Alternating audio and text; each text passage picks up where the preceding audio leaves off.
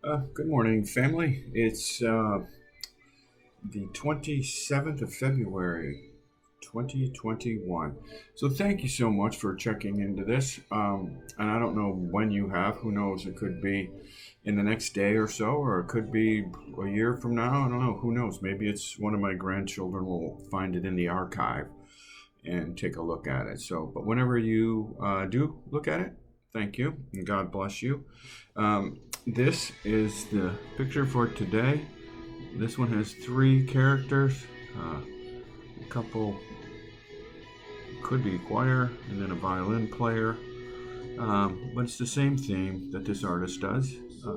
Just lovely work.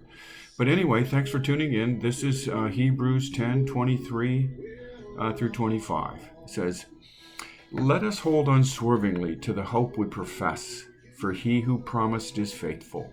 And let us consider how we may spur one another on toward love and good deeds, and not giving up meeting together, as some are in the habit of doing, but really encouraging one another, and all the more as you see the day approaching." So what does this mean? Let us hold unswervingly to the hope that we profess. If you say you're hopeful, how hopeful are you? And how committed to you are you to that hope? And why can you cling to that hope? Why can you say, I'm pretty confident in this hope?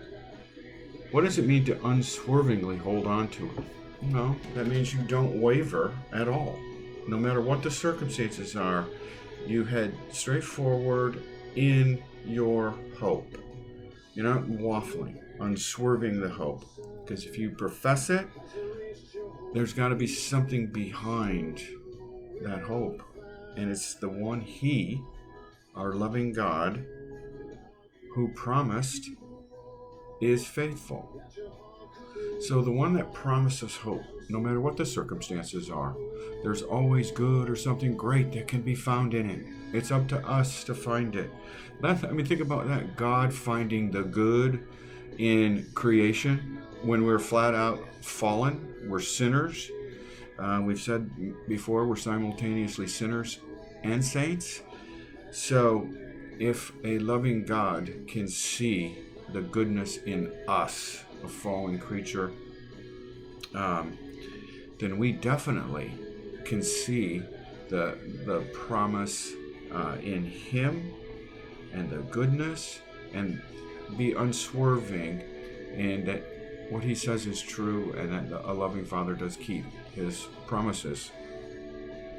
I could turn it that way, get Christ in there.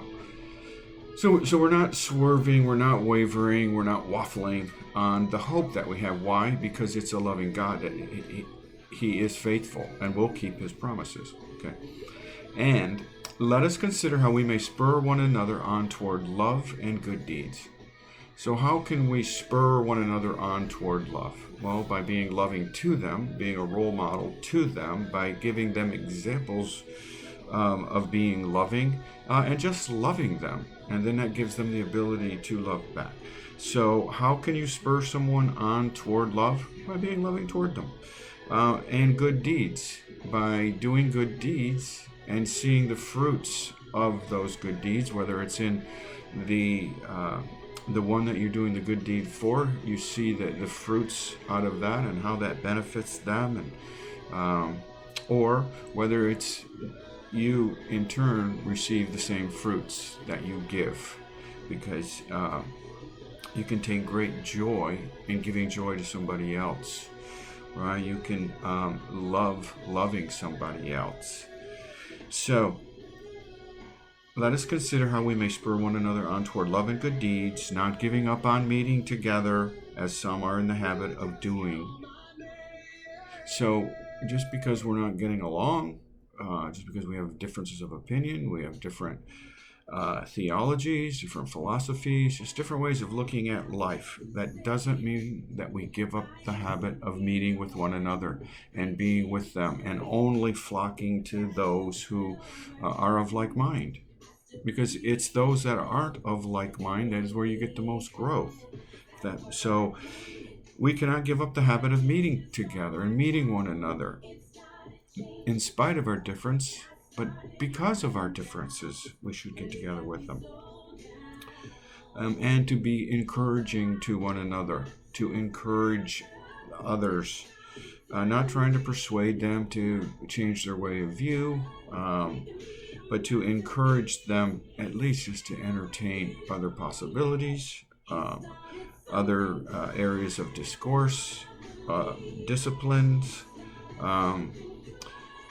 and all the more as you see day approaching. So every day we got to get up renewed to how can I stay firm with a hope that I have because of the faith that I have in a loving God who keeps his promises, right? So as we get up every day full of hope that no matter what challenges us, no matter what faces us, that we will have hope and joy in that, because God is loyal to his word. He's faithful. And how can we spur one another? By every morning when we get up, what can we do that's loving for someone else? Or what good deed could we do for the sake of doing a good deed? Not so that we get recognition or acknowledgement for it, but just by the fact of doing a good deed.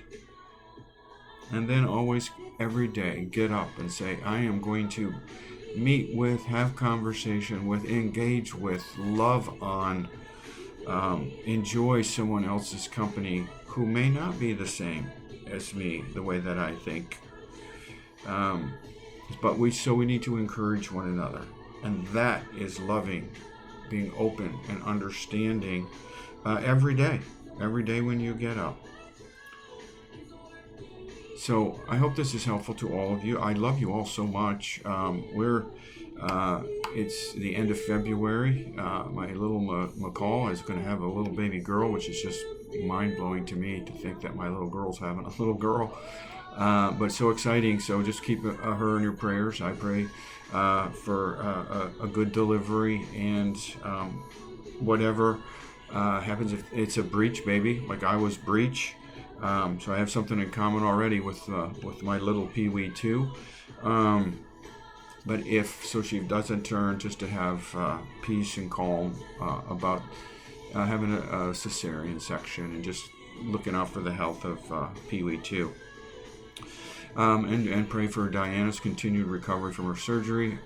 So far, I haven't heard of any more seizures. And just pray for Daryl and his recovery, and just pray for all of you good health and well-being, and know that I love you.